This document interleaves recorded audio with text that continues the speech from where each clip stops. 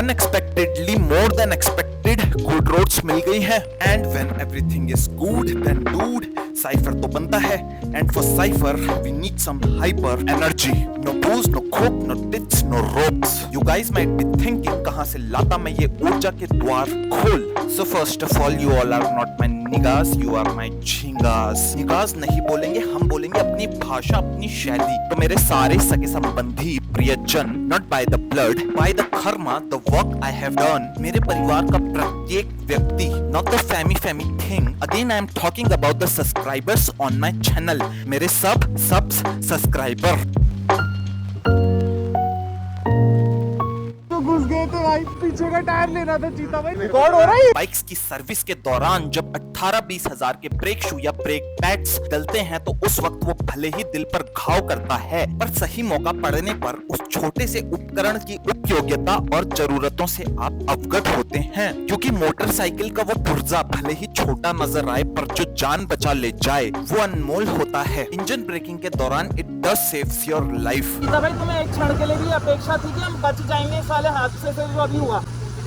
तुम कूदने वाले थे ना, पर मुझे ऐसा क्यों लगा कि तुम्हारे हाथ पैर ठंडे पड़ गए, यानी कि मतलब तुमने हौसला और उम्मीद दोनों छोड़ दी। अच्छा अगर बताऊं तो हम नोक के फासले से बचे। नोक होती है ना, नोक सुई के फासले से बचे है ना, 1 सेकंड आगे और पीछे होने का अंतर, जी ना, फ्रैक्शन ऑफ सेकंड भाई सच में अपनी पूरी जिंदगी और नजरिया बदल जाता। भांग के खेत ही खेत हैं इधर, जो किसी ने लगाए नहीं है, किसी व्यक्ति द्वारा लगे हुए नहीं है, प्रकृति में स्वयं ही उग रहे हैं। इलाके में आप देख सकते हैं। ये तो मैं रुक गया यहाँ पे बाई चांस दिखाने के लिए, इसलिए थोड़ा बहुत आपको क्वालिटी में भी फर्क दिख सकता है कि ये रोड साइड वाला सीन थोड़ा सा दिख सकता है। जंगलों के अंदर अंदर खूबसूरत पेड़ है, मतलब स्टोनर के लिए जन्नत। जब तुम इतना शिद्दत से और दिल से बता रहे हो तो मतलब कहीं ना कहीं जीप तो तुम्हारी भी लबलबा रही है, पर मेरी नहीं लबलबा रही दोस्तों, क्योंकि मैं तो पहाड़ में ही हूँ यार। शिव जी का धाम, शिव जी का घर है ये हिमालय। यहाँ भंग नहीं होगी तो और कहाँ होगी दोस्तों। ऑब्वियसली आपको घरों में नहीं लगानी चाहिए और सेवन नहीं करना चाहिए कानून का पालन करते हुए, पर प्रकृति में खुले में जो उग रही है उस पर तो कोई रोकथाम नहीं लगा सकता मित्र, क्योंकि ना ये मानव के कहने से उग रही है, ना ये हमारे करने से हो रही है, स्वयं यहाँ पर मौजूद है। और आज से नहीं, कई सदियों से भाई। 300 के पीछे भांग की खेती और आगे Z900 अलग ही ट्रिपी सा ये नज़ारा है, मतलब ऐसा यूजुअली देखने के लिए मिलता नहीं। सपोज मेरी बाइक ह्यूमन होती और वो गलती से एक जॉइंट स्मोक कर लेती तो उसके बाद वो इतनी तेजी से भाग नहीं पाती, उसके बाद वो हो जाती क्रूजर, बदल जाता राइडिंग का अंदाज। उसने सुपर बाइक की तरह भागना नहीं था, उसने उसके बाद क्रूजर की तरह क्रूज करना था। हाई होने के बाद Z900 हाई हो जाती। फिर देखो भांग की ना कुछ विशेषताएं होती हैं, वो आपको आगे चलते हुए बताऊंगा। कहीं पर खूब अच्छी प्रचुर मात्रा में भांग की खेत या फैले हुए इलाकों में कहीं भांग उगी हुई दिखी तो कई क्वालिटीज में से एक क्वालिटी आपको बता देता हूँ कि अगर भांग आसपास उग रही है ना तो वो गाजर घास और खराब घासों को नहीं उगने देती, जिसकी वजह से वो वातावरण के लिए बहुत अच्छी मानी जाती है। ये शायद से मैंने बाबा रामदेव जी के किसी इंटरव्यू में सुना था। आयुर्वेदा में भी ये कहा जाता है भाई कि दिव्य पौधा तो ये माना ही गया है ना, तो उसका कुछ कारण, अनायास कारणों के कोई चीज नहीं बताई जाती दोस्तों। जो बात पुरखों, ग्रंथों, संस्कृति में होती है, संस्कारों में होती है, उसके पीछे के कई वैलिड रीजंस होते हैं। ऑब्वियसली भाई अब इसका मतलब ये नहीं कि तुम जॉइंट रोल करने लग जाओ रोज। शिवरात्रि में जरूर पी सकते हैं आप रगड़ा, ऑथराइज्ड रगड़ा लस्सी शॉप से। दोस्तों जस्ट अभी एक कांटेक्ट मिला हमें और भाई के मित्र हैं, घनिष्ठ मित्र, जो कह रहे हैं प्रिय मित्र आप कृपया करके जिस मार्ग पर हम अभी चल रहे हैं इस पर प्रस्थान कर 15-20 किलोमीटर ऊपर आ जाइए। हमारे गाँव में कुछ अनोखा और अनूठा आपको दिखाते हैं। हम इस मार्ग पर बढ़ लिए, मार्ग की ओर हो लिए और फिलहाल बढ़ रहे हैं ऊपर। कुछ छोटी सी जानकारी आपको देना चाहूंगा।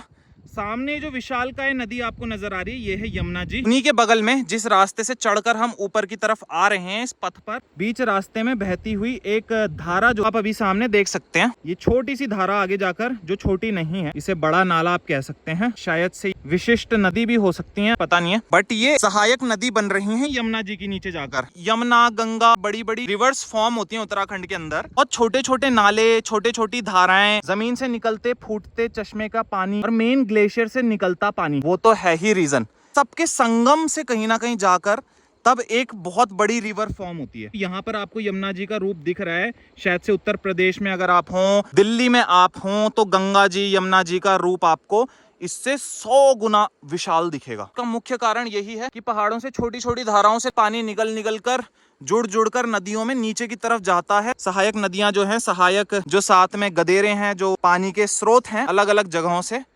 पहाड़ों के बीच बीच से, दर्रों से रिस रिस कर बड़ी बड़ी नदियों को फॉर्म करते हैं। फोर्सफुली वो पानी ऊंचाई से नीचे की तरफ जाता है, प्लेन्स पर पठारी जमीन में फैल जाता है। ये प्रोसेस बड़ा ही जटिल है, तभी कहते हैं कभी अगर वाटर क्राइसिस हुए ना, तो सबसे पहले जो ये स्रोत है ना, यही सूखने शुरू होंगे। जो ये पहाड़ों के बीच से छोटे छोटे स्रोत, छोटे छोटे गदेरे नदियां निकल रही है ना, ये सब सूखेंगे, फिर बड़ी नदियां सूखना शुरू होंगी। छोटी धाराएं, पानी की चैनल्स, जो इन खेतों को आप देख सकते हैं, हरे भरे खेत, पैडिंग फील्ड, ग्रेजिंग लैंड, खेती पाती की जमीन, ये सब जो है ना, इस सब के लिए संकट है। क्योंकि मेन नदी जो है, मुख्य नदी जो है, जो ग्लेशियर से निकल रही है, मेन स्ट्रीम, वो एक ही दिशा की ओर बढ़ रहा है। बाकी पहाड़ों के अंदर अंदर के इलाके, छोटे छोटे बसे हुए गांव, खेत खलियान हैं, उनको जो हरा भरा रखता है, उनको जो सींचता है, the water source they use to harvest their crops, their livelihood is depend on these छोटा छोटा स्ट्रीम्स। यहाँ के जो इंडिजीनियस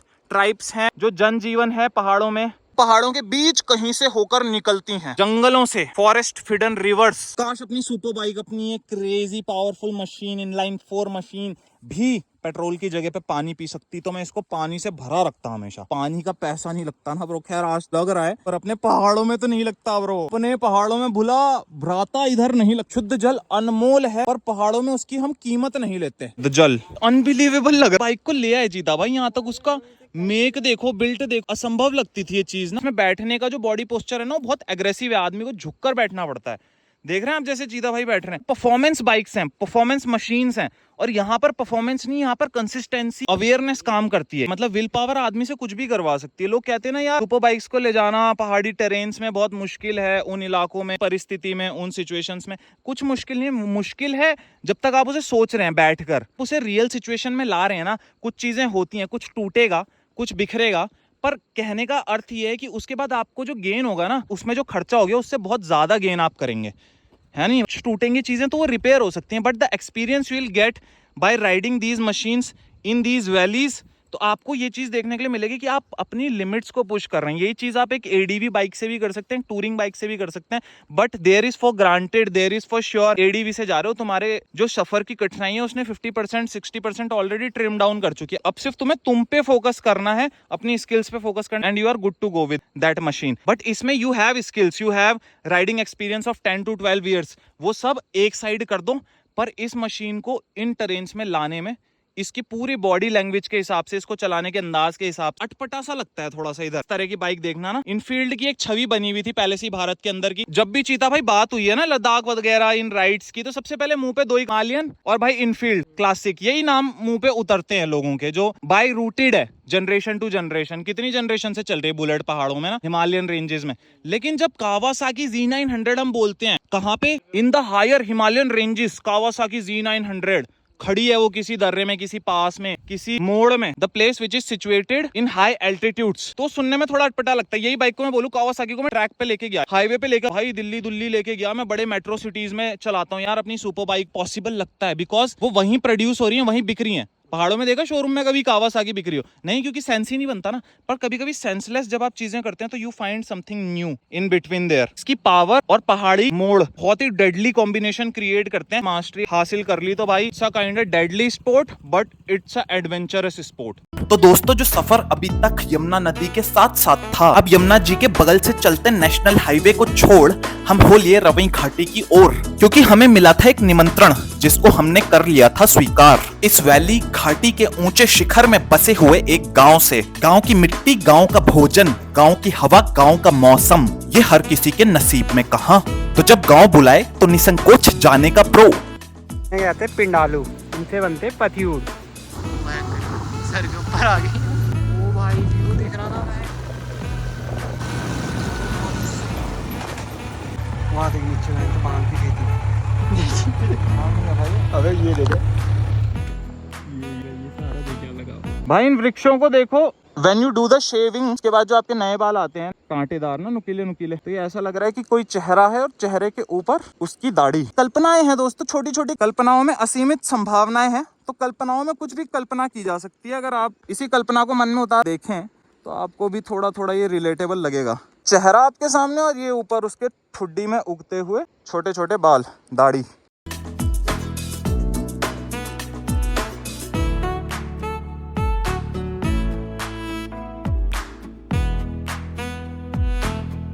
दोस्तों, इस वीराने के बीच बसे इस गांव को देखिए। चारों ओर प्रकृति अनमोल रत्नों से सींचा हुआ है।